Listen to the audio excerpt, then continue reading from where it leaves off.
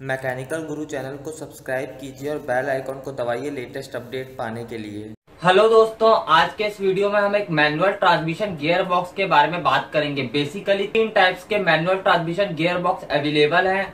Constant mesh gear box, sliding mesh gear box और synchro mesh gear box. इस video में हम सबसे सिंपल एक स्लाइडिंग मैश गियर बॉक्स और एक कांस्टेंट मैश गियर बॉक्स के बारे में बात करेंगे। और अगर आप एक स्लाइडिंग मैश गियर बॉक्स और एक कांस्टेंट मैश गियर बॉक्स के बारे में अच्छे से समझ गए तो आपको एक सिंक्रो मैश गियर बॉक्स के बारे में समझने में ज्यादा परेशानी नहीं होगी। तो बने रहिए मेरे साथ। मेरा नाम है अंकित, आप देख रहे हैं मैकेनिकल गुरु। चलिए शुरू करते हैं, आगे बढ़ते हैं। सबसे पहले कोई गियर बॉक्स का यूज किया गया तो वह है एक स्लाइडिंग मैश गियर बॉक्स। लेकिन एक स्लाइडिंग मैश गियर बॉक्स के मैकेनिकल एफिशिएंसी बहुत लो रहती है और नॉइज बहुत ज्यादा प्रोड्यूस करता है एक स्लाइडिंग मैश गियर बॉक्स। और ड्राइवर को भी स्किल्ड होना पड़ता है एक स्लाइडिंग मैश गियर बॉक्स के गियर को चेंज करने के लिए। लेकिन जब इसका मॉडिफाइड वर्जन आया, कांस्टेंट मैश गियर बॉक्स का इन्वेंशन हुआ, तो एक कांस्टेंट मैश गियर बॉक्स की जो मैकेनिकल एफिशिएंसी थी वो एक स्लाइडिंग मैश गियर बॉक्स से ज्यादा थी और नॉइस लेवल भी उसमें कम था। लेकिन एक कांस्टेंट मैश गियर बॉक्स में भी एक डबल डी क्लचिंग का यूज करना आना चाहिए, यानी कि वो ड्राइवर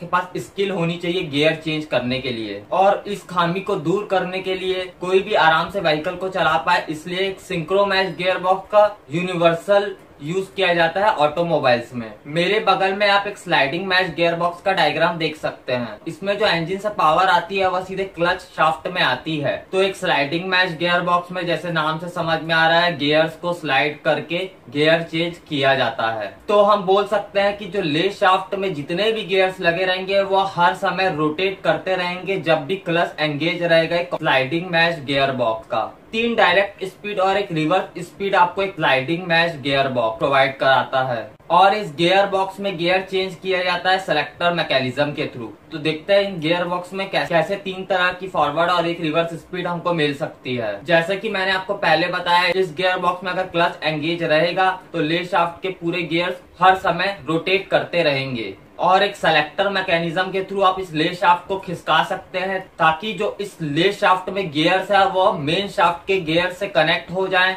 और हमें फॉरवर्ड या रिवर्स मोशन देखने को मिले। स्लाइडिंग मैश गियर बॉक्स में फर्स्ट और सेकंड गियर दोनों गियर के केस में पावर जो है वह इंजन शाफ्ट से ले शाफ्ट में जाएगी, फिर ले शाफ्ट से मेन शाफ्ट में जाएगी।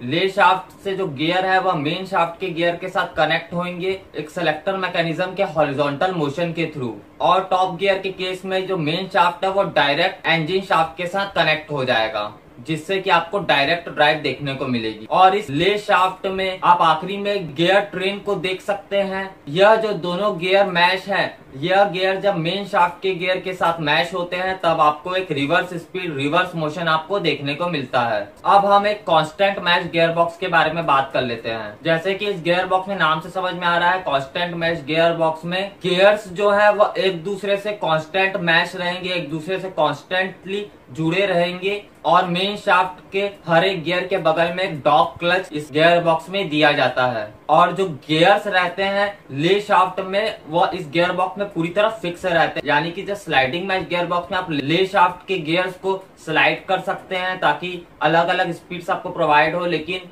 एक कांस्टेंट मैश गियर बॉक्स में ले शाफ्ट के गियर हमेशा मैच रहेंगे मेन शाफ्ट के गियर्स से। इसमें जो अलग अलग डॉग क्लचेस आपको दिखाई दे रहे हैं, इन डॉग क्लचेस की मदद से ही गियर चेंज किया जाता है। जब लेफ्ट डॉग क्लच को स्लाइड किया जाता है लेफ्ट की तरफ एक सेलेक्टर मैकेनिज्म के द्वारा, तो जो क्लच गियर्स के टीथ है वो एंगेज हो जाते हैं मेन शाफ्ट के साथ और आपको एक डायरेक्ट ड्राइव देखने को मिलता है, यानी कि आपको टॉप गियर देखने को मिलता है। यानी कि जो क्लच शाफ्ट की जो स्पीड होगा, जो आरपीएम होगा, डॉग क्लच जैसे ही एंगेज करेगा तो मेन शाफ्ट का भी आरपीएम क्लच शाफ्ट या इंजन शाफ्ट के आरपीएम के सेम हो जाएगा और आपको टॉप गियर देखने को मिलेगा। और इस सेम डॉग क्लच को अगर आप राइट में स्लाइड कराएंगे, राइट तरफ खिसका देंगे तो आपको सेकंड गियर देखने को मिलेगा, क्योंकि उस केस में इंजन से पावर जाएगी क्लच गियर में, क्लच गियर से पावर जाएगी ले शाफ्ट के गियर में। अब क्योंकि ले शाफ्ट के हर एक गियर कॉन्स्टेंटली रोटेट हो रहे हैं तो और क्योंकि आपने फर्स्ट डॉग क्लच को राइट तरफ खिसका दिया, जिसके कारण यह डॉग क्लच मेन शाफ्ट के गियर के साथ एंगेज हो गया है, जिससे कि आपको पावर जो है वह इंजन शाफ्ट से लीड शाफ्ट और उसके बाद मेन शाफ्ट में ट्रांसफर हो जाएगी और आपको सेकंड गियर देखने को मिलेगा। और वैसे ही अगर आप राइट डॉग क्लच को लेफ्ट तरफ खिसकाएंगे तो आपको फर्स्ट गियर देखने को मिलेगा, और अगर आप इस राइट डॉग क्लच को राइट तरफ खिसकाएंगे तो आपको एक रिवर्स गियर देखने को मिलेगा। इन मेन शाफ्ट के अलग अलग गियर्स की साइज अलग अलग रहती है, जिसके कारण आपको अलग अलग स्पीड अलग अलग मोशन आपको इस गियर बॉक्स के थ्रू देखने को मिलते हैं। बस आप ये डिसाइड करेंगे कि आपको कौन से डॉग क्लच से कौन से गियर को एंगेज करना है और आपको कितनी स्पीड प्रोवाइड करानी है अपनी व्हीकल को। अब हम एक कांस्टेंट मेश गियर बॉक्स के सबसे इम्पोर्टेंट टर्म यानी कि डबल डी क्लचिंग के बारे में बात कर लेते हैं। एक कांस्टेंट मेश गियर बॉक्स में डॉग क्लचेस का स्मूथली एंगेजमेंट करने के लिए जो मेन शाफ्ट गियर की स्पीड है वही सेम स्पीड होनी चाहिए स्लाइडिंग रॉड की। तो आपको अगर लोअर गियर लगाना है तो आपको क्लच शाफ्ट, ले शाफ्ट, मेन शाफ्ट तीनों की स्पीड्स को इक्वल करना होगा, यानी कि आपको इन तीनों की स्पीड को इंक्रीज करना होगा। और इस प्रोसीजर को ही हम कहते हैं double D clutching. Double D clutching में पहले क्लच को एंगेज किया जाता है और गियर्स को न्यूट्रल पोजीशन में लाया जाता है। उसके बाद क्लच को एंगेज करके एक्सेलरेशन बढ़ाया जाता है, स्पीड बढ़ाई जाती है ताकि मेन शाफ्ट की जो स्पीड है वो इंक्रीज हो। उसके बाद फिर इस क्लच को डिसएंगेज करके आपको सेकेंड गियर में एंगेज करना पड़ेगा, लोअर गियर में एंगेज करना पड़ेगा, क्योंकि इस प्रोसेस में आपको 2 बार क्लच को डिसएंगेज करना पड़ता है। इसलिए इस प्रोसेस को हम कहते हैं डबल डी क्लचिंग। यानी कि अगर आपको फर्स्ट गियर लगाना है तो भी आपको पहले न्यूट्रल लगाइए, उसके बाद स्पीड इंक्रीज कीजिए मेन शाफ्ट की, उसके बाद आप फर्स्ट गियर लगा सकते हैं। अगर आपको फिर से गियर बढ़ाना है तो आपको फिर से इंजन शाफ्ट के क्लच को एंगेज करना पड़ेगा, मेन शाफ्ट की गियर्स की स्पीड को बढ़ाना पड़ेगा। उसके बाद फिर इस क्लच को डिसएंगेज करके जो दूसरा डॉग क्लच है जो सेकंड गियर में कनेक्ट होना है, आप उस सेकंड गियर से उस डॉग क्लच को कनेक्ट करेंगे। यानी कि हर गियर चेंज करने के समय आपको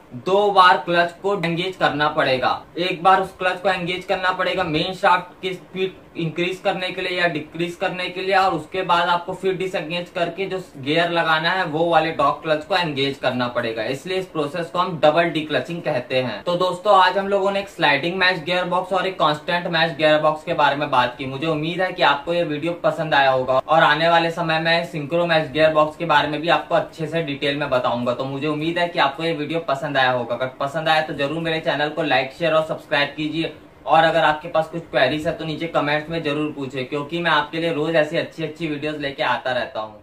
जय हिंद, वंदे मातरम।